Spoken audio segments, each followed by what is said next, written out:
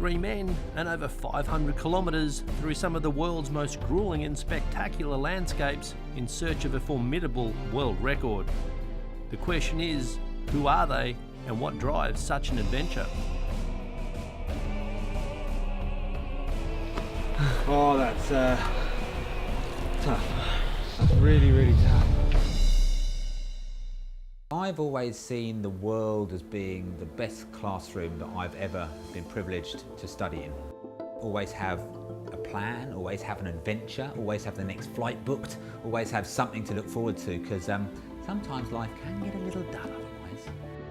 I think people live inside their own comfort zone, and I think it's very easy to do that, and some people work to the boundaries of their comfort zone, and they have a very fulfilling, enjoyable life, and some people never move from the centre of it. And getting out there and meeting people, getting out there and seeing these new cultures just suddenly opens the doorway to, oh, I wonder what happens if you turn right instead of left. I wonder what happens if you go down this road instead. And having that open mind, I think, allows you to adopt new things.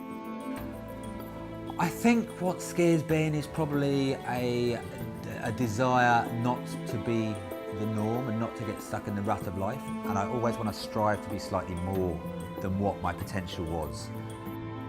We are human beings on a planet. We're not English, or we're not Muslim, or we're not Canadian. We're not all these different cultures separately. We're people that live together on one blooming great rock, travelling around the sun. And I think ultimately, we're all, cheesily enough, brothers and sisters that enjoy life together. Going out there and tasting a piece of all those different people's lives gives you a better appreciation of what you've got. You become more accepting, more grateful, and I think it just makes you a better human being. I think I'll still be doing it at 60 years old. I think I'll still be trying to run at 70 years old. I think I'll still be trying to find another adventure. Soph might have slowed me down a little bit and said, hang on a second, we've been doing this for 50 years now. Isn't it time just to chill out for a while? But we'll get to that stage and we'll cross that bridge when we come to it. Every day, get up, attack it and see what happens at the end. For me, being a husband, being a father is now what it's the forefront of everything that I do. Couple that with a venture of this size and undertaking, not only the planning and the training involved, it's a battle that I'm fighting to try and find the balance, to be honest. You've got to surround yourself with people who inspire you and motivate you, and that's essentially the team that we've built. For me, I work to live. My career is, I don't need to have a title, I'm not that kind of person, so in that aspect it's very easy for me to find the balance. I'm on the other side of the planet completely to the other two lads, and what scares me about the New Zealand 9 project is just the sheer size of the undertaking. I'm sitting here now, I'm looking at the map, I'm looking at the figures, I'm looking at the distances involved, and I just don't even know if it's at all possible. Is it going to be right? I don't know. That's what we're going to find out, I suppose. Just as valid and just as much an adventure for some people to climb a tree as it is for other people to climb a mountain. For me, I like my adventures to happen in the outside. I prefer them to involve mud, boots, bikes, boats, and hopefully the end in a beer. For us, and where we are at the end of the day, amateur adventurers. We're not pros. We work most of the time, contrary to what some people think. But we have to fit in our training in and around our everyday lives.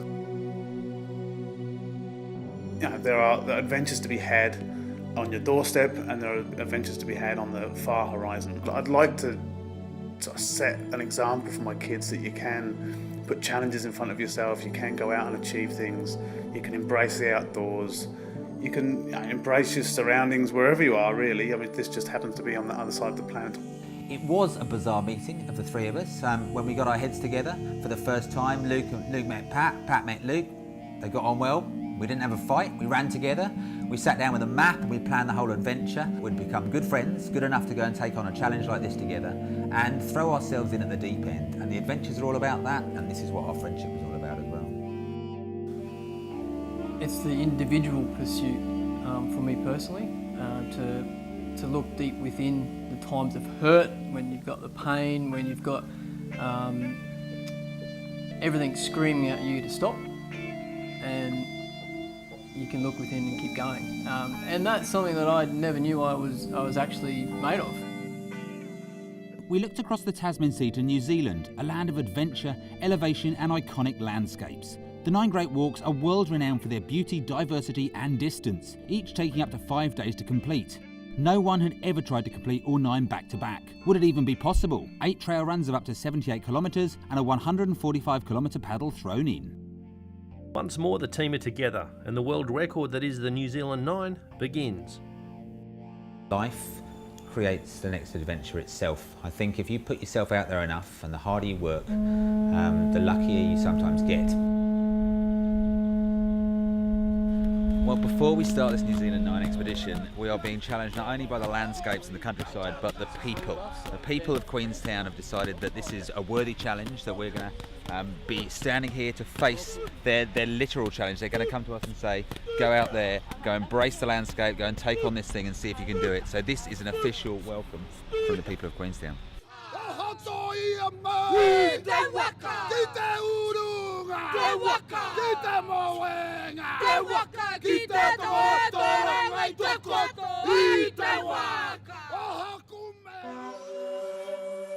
Over 12 months of planning and the team is set for the first of the great trails of New Zealand.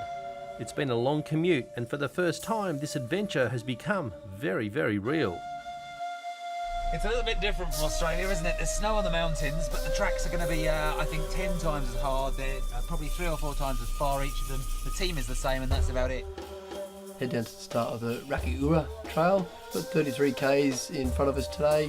Looking forward to seeing what the southern end of New Zealand will deliver for us. It's a Saturday morning, most people are lying in bed, and when you look outside, it's not as clear blue skies as we were hoping, but a veil of cloud will keep those boiling hot temperatures down. They'll protect us from the sunburn when we get out and take on the first of these amazing tracks. We'll leave you to it. The Rakiura Trail traverses some of New Zealand's wildest coastline. For a relatively flat start, the team are momentarily caught by surprise as the undulations prove to be more of a challenge than first imagined.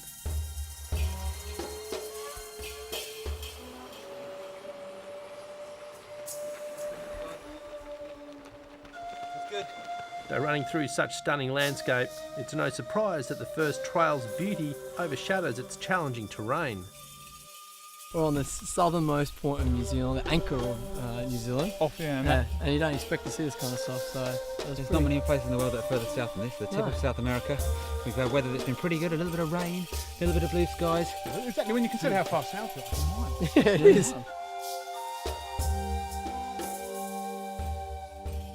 I think the highlights were within the first 3 or 4K as we were winding along the coastal path, looking out to these almost granite outcrops of rock that almost look like Thailand, islands of Thailand. Bizarre, beautiful blue water. It was stunning, so that was really good. I think there was some nice elevation just to warm the legs up and get them going. I think we've all got back in our rhythm. We know what we do when we run. It's a good decision to choose this as the first. Yeah, it really was. Get down here, knock it over. A bit muddy, as you can see, was a bit underfoot. It was a bit sketchy, so had to keep an eye on where we're going. Talked it through a lot now, what we're going to carry in our packs, how dry we need to keep everything, because even here, where there was hardly any wind and very little rain, we were getting pretty cold as soon as we stopped. It was a lesson that we learned in Aussie 8 very quickly, that we will go downhill very quickly, and when we're on the top of ridges in New Zealand, it's going to be cold.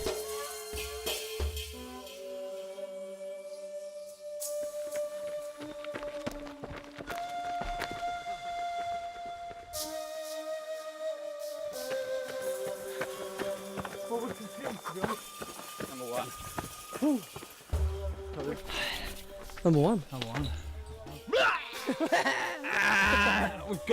That was good. It was tougher than I thought it was going to be. We look on the map and it's a little bit flat with a couple of ripples, but we did 1,000 metres of elevation on that one. Yeah. So if we think about this and what we've got in the next 2 or 3, we're going to be 3 or 4 times that in elevation. Heaphy is like literally 3 times it. Yeah, so yeah. What have we done? On every level.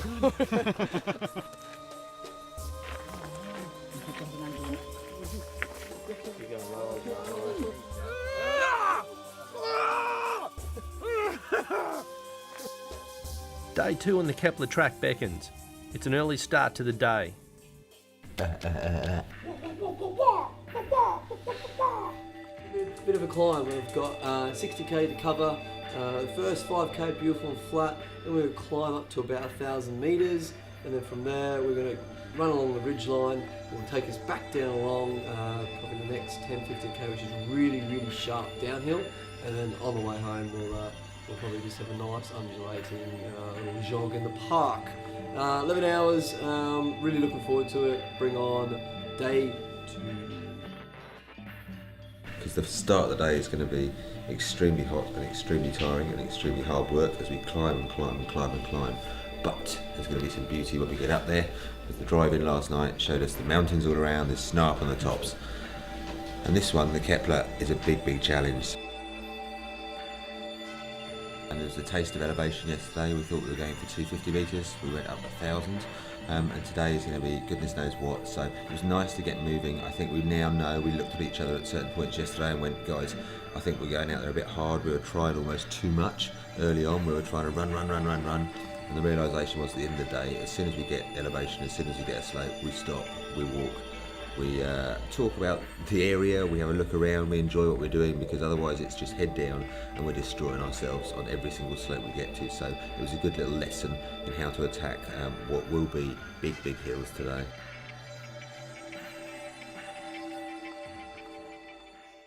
Three K's into the Kepler Track out of our 60, and we just come out through the clearing in the forest across this beautiful little bridge, and off in the distance there's the snow-capped peaks of one of the mountain ranges. We've yet to hit the big start of the incline, but at the moment it is a beautiful way to start the first part of the day as we head off and disappear off through the forest. It's trail running at its best in New Zealand.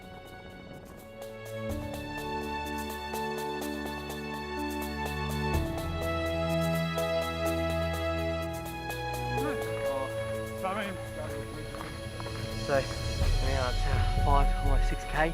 We've just gone past Broad Shelter, we're on our way to Luxmore Hut. We've got a big climb ahead of us. We've got about 400-500 metres in the next 3k. Bring it on.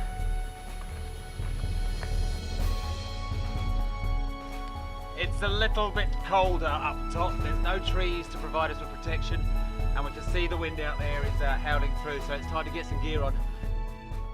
When I read the map, when we got up to that last hut and it was downhill from there, I was thinking 35-40k downhill, that's lovely. I actually found that quite difficult. It was just the turning legs over constantly. No Well, more after hills having- to rest on. We were looking for Having the hills. just climbed relentlessly for the previous 5 hours. And 60, 70 plus k winds. So- Yeah, that's what we signed up for, hey? Fastest kilometre 540 since 2,192 metres.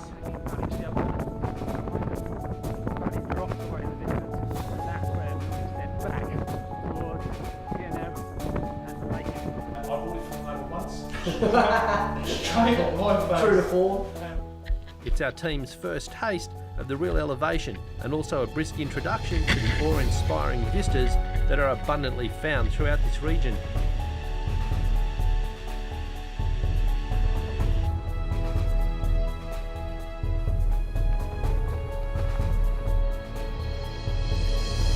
Our team's first ultra-marathon of the journey, and the bodies and spirits are naturally lifted by the landscape. First ultra, yeah! Number 2, hey? Number 2. Number 2. Woohoo! This is an outtake to what really happens on the New Zealand 9. The reason it takes us so long to finish some of these trails is we're setting up cinema quality video to ensure we capture the beauty of the Kepler Track. One of the most iconic trails on Earth reveals a significant challenge. The weather of the South Island is about to confront the team head-on as they face their second ultramarathon in as many days. Day 3, and it's time for the Milford Track. Day number 3. What we've got in front of us today is one of probably the most recognised trails in the world, the Milford Sound Track. 54 kilometres is in front of us. A little bit of a inclement day, and when you hear from the skipper that the next job he's got is to evacuate a load of woodcutters because the creek's going to be impassable. So really looking forward to it. Bring it on.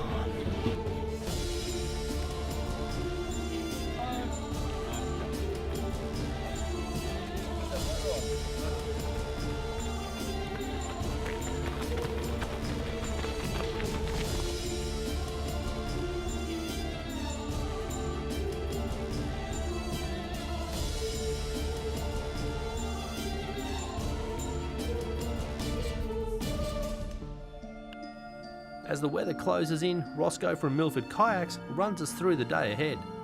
Start at the Clinton Valley. It's beautiful valley, just fairly easy underfoot. You head up as you get up towards the pass, the McKinnon Pass. Gets gradually a little bit rougher, and then you've got the zigzag up the Clinton side, which is, if you take it zigzag by zigzag, you sum it out quite easily.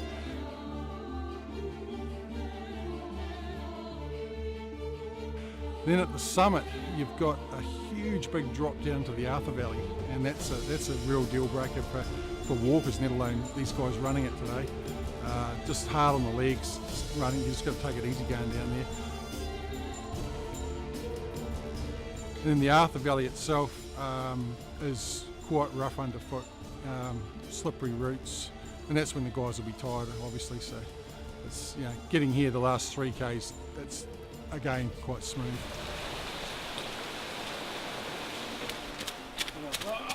Oh, wow, really good. I've got an idea. Number 3, boys, number 3. Hold on. I can't even put my fingers up properly. Can I help? How you going, Luke? My hands are wet. My feet are wet. Wet. Quite a marathon ahead on day 4, though the Routeburn brings with it a whole new set of challenges. Snow, sleet and massive elevation, especially backing up from 2 ultramarathons already. A little bit concerned about what is in store for us at the Routeburn Trail, which is trail number 4. Got 33 k's ahead of us. We're not quite sure what's going to lay ahead, so we're going to take double layers, gloves, lots of food just in case we have to bivouac overnight or stay in a hut. Other than that, I'm really looking forward to a relatively smallish day, 33 k's. Got this excruciating pain down the left-hand side, right near where my ITB connects. So try and work that out over the next 7 hours.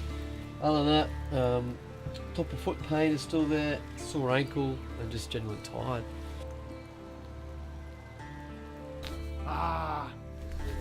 Already back? Yeah. Well, it's time. No. Let's get this show on the road.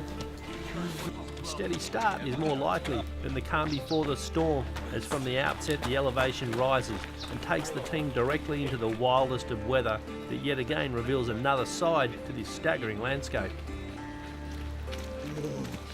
Will this challenge the mind and spirits of the team, or will it yet again match up motivation with the inspiration drawn from the natural surrounds?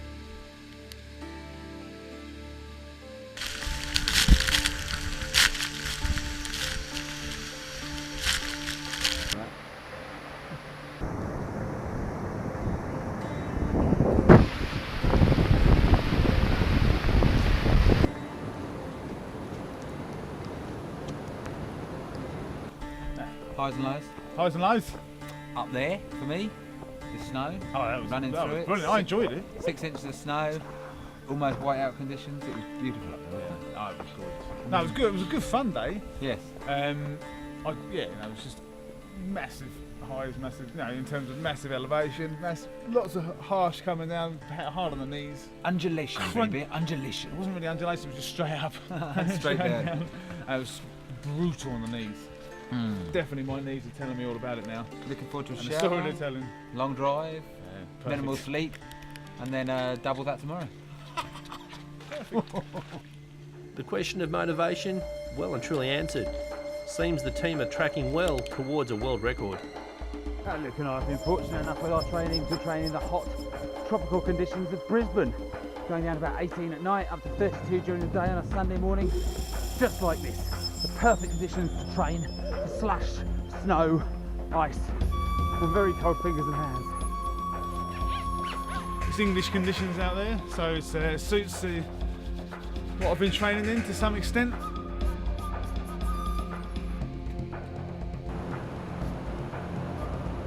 Using the word wow when we're in New Zealand. Wow at this, wow at that, wow at everything. Here's another wow.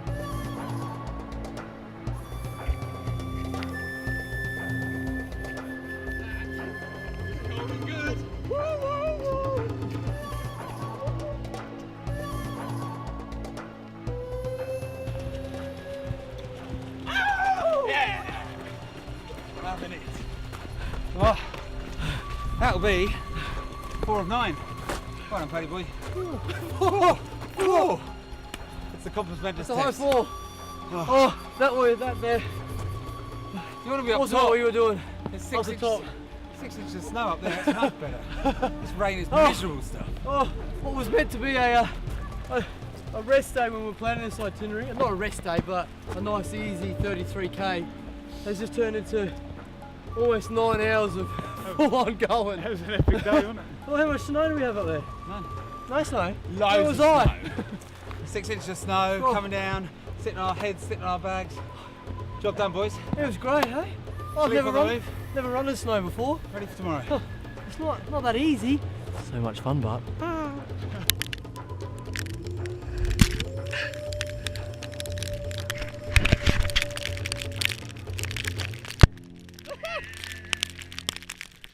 You don't just turn up to a record attempt like this without months of preparation. I'm en route to the University of Queensland for a bit of a physical assessment. Luke and I have decided as part of our training for New Zealand 9, we need to know in what sort of shape we are and if we're ready for the New Zealand 9 expedition, what we need to do and how we need to prepare for this gruelling event that will take place in just under 3 months' time.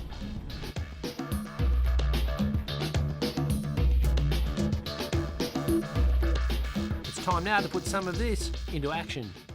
78 kilometres and the Heaphy Track is a formidable challenge. Well, we're currently 4.5, almost 5 hours behind schedule. The drive to the start of the Heaphy has just been absolutely windy, crazy. It's just taken us a lot longer than we thought. Haas Pass, when we left Routeburn yesterday, was closed, just open. What that means now is we've actually got to run the 78.4 Ks today, probably finishing about 4 o'clock in the morning, half an hour sleep, and then bang on with Abel Tasman from there, because we need to meet a ferry to take us over Cook Strait to get us to the Whanganui. This is not going to be easy in any way. The longest race I think I've ever done is about 104 kilometres, so to go and do, what are we on, 78.4 plus 54, makes about 130. Add to that some elevation, add to that the rain, add to that the cold. We're having fun. What we find is multi-grain bread gives a more balanced release of energy.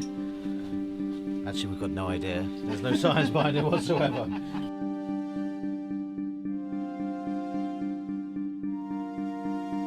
Feeling fairly good from yesterday actually. Yeah, just want to get on with it. Yeah, I know. We're 5 hours behind, we should be at the hole already. Having dropped behind schedule, the team now has no option but to push and push hard. For the first time, this expedition has become a real race against the clock. We're about 4k from the first big hut on the trail on the Heaphy Track, and we're racing a little bit to get there because out on the sea behind us, you can probably see it's pretty black. And what does black mean? Black means wet weather, which means cold weather, which means cold runners. Though despite yet again harsh weather on the horizon and the clock ticking down, this magical landscape does not escape the team as they make their way along the Heaphy Track.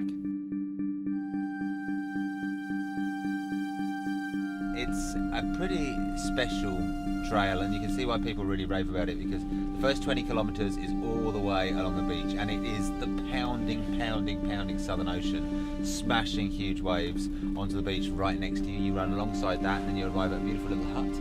We had an amazing experience when we arrived at the hut. There were 8 ladies between probably the age of 55 and 75 that had just walked the track. One of them, the oldest of the lot, Margaret, it was the 9th of her 9 great walks. She's done them all now, including the paddle. As if from nowhere, the first sign of trouble. Are the team pushing too hard? Or do they have a choice? Pat's in the hurt locker. He's got an OTB that's blown up on his right knee, and he for the last 3 huts, he's wanted to go at his own pace, and then called us up 5 minutes later, then 10 minutes later, then 15 minutes later. So I reckon Pat will be half an hour behind us. With a major setback, the team head into the night, and Pat, now feeling the strains of hundreds of non-stop kilometres already, is forced to face some very tough decisions. Will this prove too much a challenge, as we're barely halfway through this double ultra?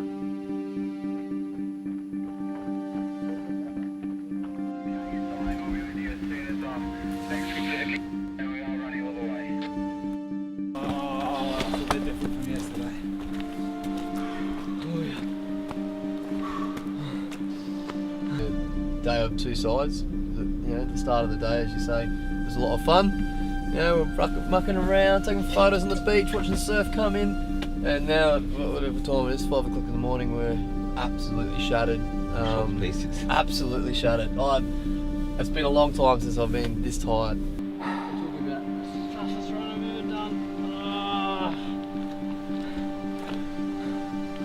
Oh, mate. Good effort. Good effort. Phew.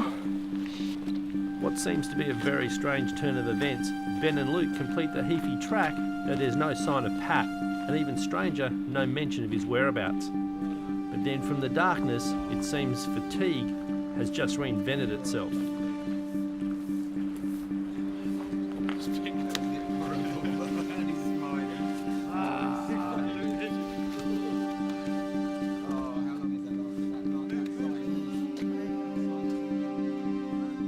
The trio reunited and head into the night once again, though this time with minimal sleep. What awaits is a welcome surprise. The day dawns with blue skies and one of the most stunning coastal trails on Earth, the 54-kilometre Abel Tasman. This ultra refreshes the mind, which is a significant motivator given the tiring state of the team. So, Coastal Track 55k's in front of us. We're looking to knock it over in about 8 to 9 hours, which will then give us plenty of time to meet the Inter-Islander to go over Cook Strait.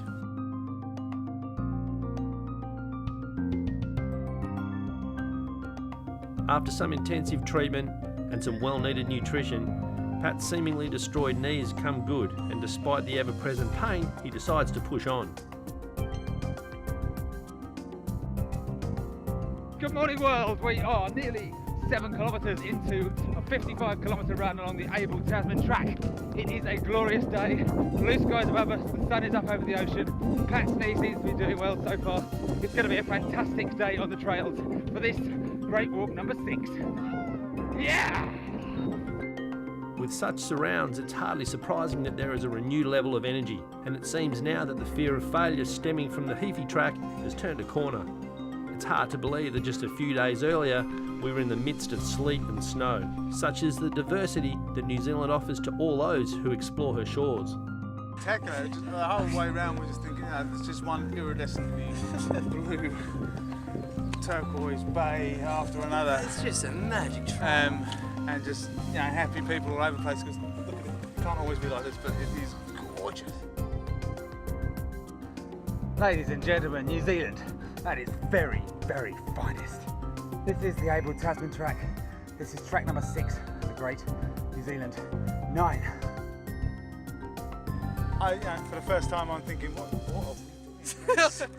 this is like the worst way to do the 9 great walks, because they're so good, and every single day I just wanted to jump in and then get out and have a beer, lay in a hammock, get on a yacht. That's what I'm doing next time, definitely. But yeah, it was an undulating trail all the way. A lot more elevation than we thought. We are currently powering up the side of the hill in an attempt to get to the tidal crossing within the next hour and a half, so that we can make it across the water and continue the next 30 k's of the journey. Time lost on such a record attempt is very rarely made up, and the team now push hard yet again to make the crucial tidal crossing. If they miss their tidal window, they could be stranded, as forging through the incoming Southern Ocean would be way too dangerous. Such dangers are hard to fathom when surrounded by such tropical vistas and the scorching sun.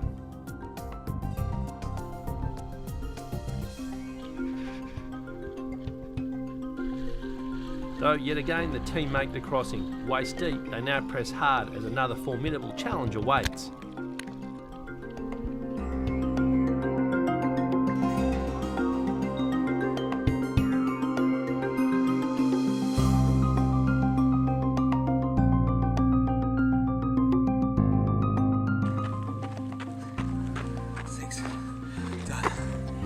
That is the most spectacular trail run I've ever done in my life. We've got glorious conditions, glorious track, ridiculously good looking people on the track. I'm done. Ben, seemingly very aware of the time, pushed hard, dragging Pat and Luke in his wake. This made-up time could prove the difference between success and failure. Nevertheless, the lads are ecstatic as the able Tasman is now complete. Never done? Amazing. Without a shadow of a doubt, and I consider that to be number 6 in the bag. 6! Despite the able Tasman track being behind them, the team must now make the ferry crossing. As the clock ticks down, there's a real chance the ferry could have left without them on board. South Island's been good to us, but we only just made the Inter-Islander by the skin of our teeth. We're literally on the phone to the ferry saying, hold it, we're on here now. Whew. Tell you what. Like 1 minute. Where are we going? We're going to Wellington, which is the bottom of the North Island of New Zealand, sailing out of Picton, which is the top of the South Island of New Zealand. So it's a 3 hour 15 crossing between the two islands through the Cook Strait, which is sometimes a pretty rough stretch of water, sometimes it's like a mill pond. The crossing done, and with a new day comes new challenges. Next up, the Whanganui Journey, a massive paddle through the lower reaches of New Zealand's North Island. Right, who's ready to kayak?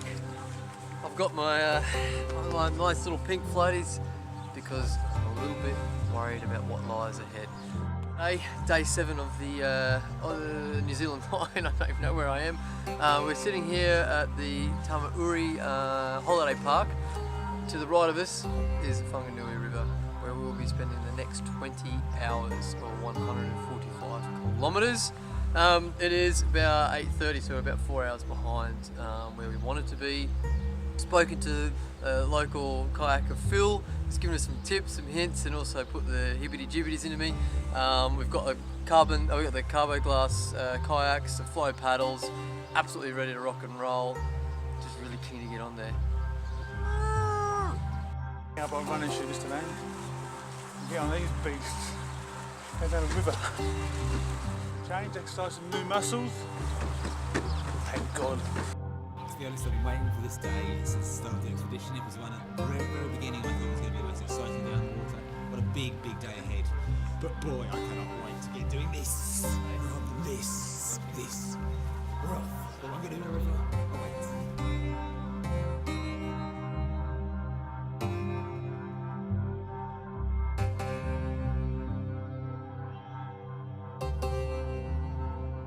Preparations complete and the team tentatively hit the water, safe in the knowledge that there would be no running for at least 21 hours or a massive 145 kilometres. That said, their optimism appeared to be short-lived, as just into the paddle, the environment threw a curveball. Was this a sign of things to come?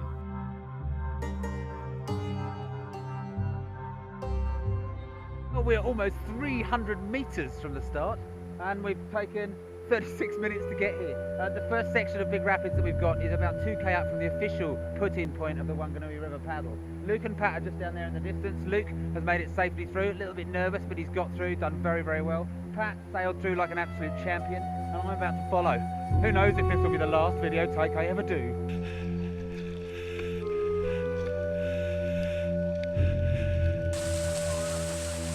We wanted something to challenge us, and certainly found it. I just couldn't stay on the boat. Rapids, just every time I hit a little rock or something, it just threw me over. Eventually got so cold I couldn't still calm out, just couldn't sit still. In normal conditions, the Whanganui Journey is a stunning paddle, suitable for all skill levels, but after heavy rain the river was running fast and high, and Luke struggled to stay on his narrow ski in the rapids. Progress was slow, his temperature plummeted, and after 30 kilometres he reluctantly withdrew. Conditions meant paddling at night was too dangerous, so Pat and Ben also left the river early, rejoining Luke and began mentally preparing for the penultimate track, the Tongariro Circuit. Tourist operators would have put you on the leg because it's too high. If the flow's more than 25 cubic metres a second, they don't put you on. And it's up to about 55 or 80 at the moment.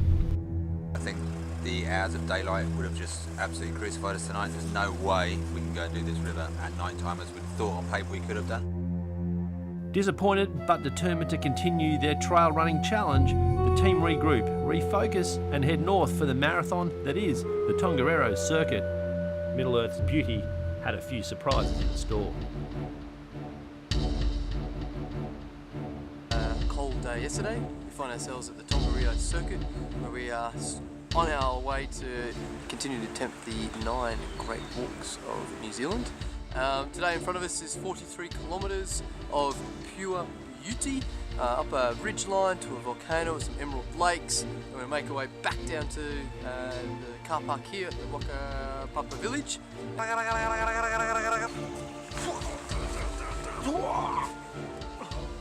Foot issues are the worst when you have to deal with them day after day. So they may look a bit crusty, but actually behind all this tape they're holding up really well, which is such a nice thing when you wake up in the morning. You slip your foot into the shoe for like the 10th time, and you're like, no foot pain, which is a nice thing. So just making sure that they stay like that for the next 80k. Not even the ongoing wet and cold weather could dampen the spirits of the team. Facing over 43 kilometres, half of which was all uphill, is now something that will test their weary minds and failing bodies. The home of Middle Earth, and the adventure at this point could really only be just beginning. Or could it? Number 8. Oh, I've got my thing up, you can't even see.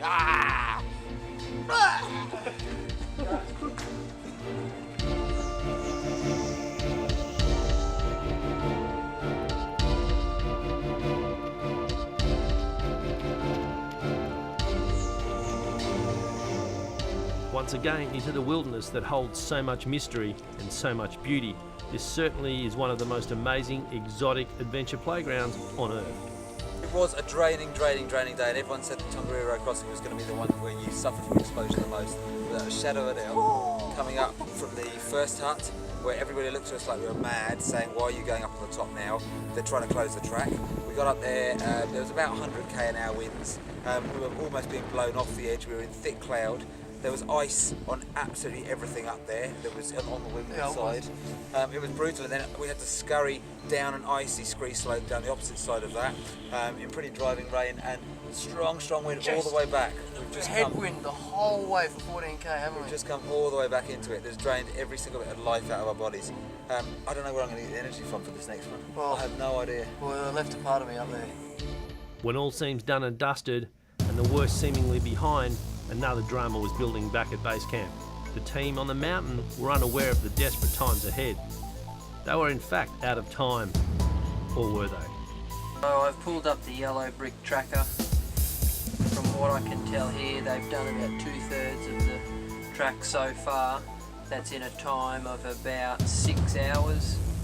It seems like they've got 10 or 15 k's to go.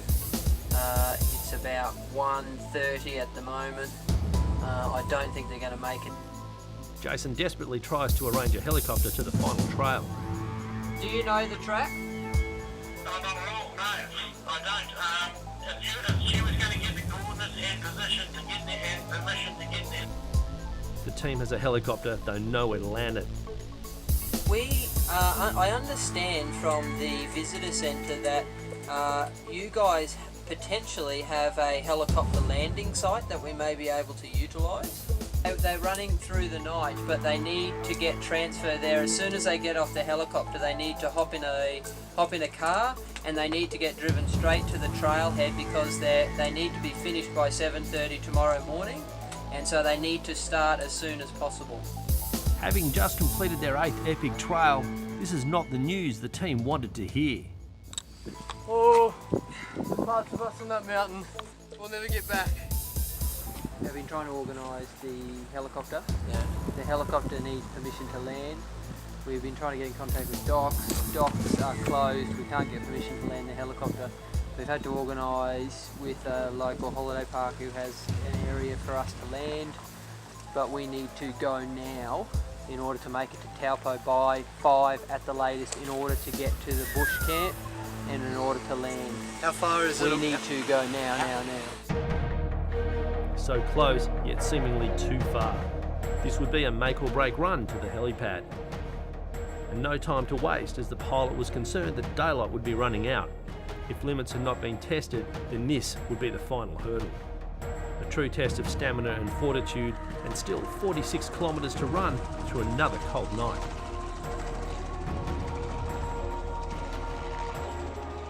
This is where we now find ourselves after a 35-minute helicopter flight which dropped us in just slightly the wrong place, but one of the locals raced down in his four-wheel drive Kerry. He got to the edge of the rugby pitch where we'd landed, he picked us up, he chucked us in the back of the van, and we're up here now preparing, filled with water, heading off to the trailhead and about to start what apparently is a 6.5-hour record for doing this run. We're not going to do it that quick. Let's break it. One final night of suffering, and the team now needed to cover the final trail and emerge at the finish line by 7:30 a.m. to claim the world record. Only now, as the sun comes up, we start to see quite how magnificent it is, because so far, in the last 12 hours, we've already seen each other's bums and head torches. So, we're going to sign out and see you at the finish line, which we should arrive at within 6 hours. 2 hours. 1 hour. One, any advance on 1 hour? Bye. With light came hope, and on their absolute limit, the finish line awaited.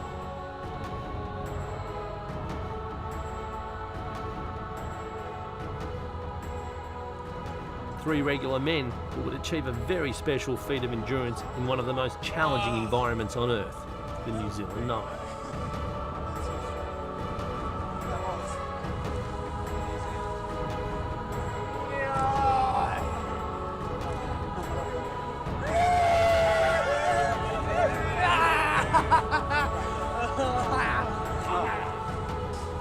Oh, that was as big as it can get. It was as bigger than what it could have ever been.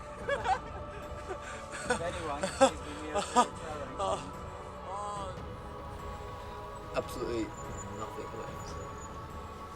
The end. Adventure is the drive through the middle of the night to get to the start of the trail. It's to get up to the top of the Tongariro crossing in sub-zero conditions with driving wind and sleet, and to stand there and go, boys, look each other in the eyes, see the white of the eyes and go, we're a little bit scared now. We've taken our level of adventure from down here, we've ramped it up to here, but still it's something that for us is achievable for other people. Maybe not to the same degree, but to go out there, explore, have the idea of going out and challenging yourself in an unfriendly, unnatural environment sometimes.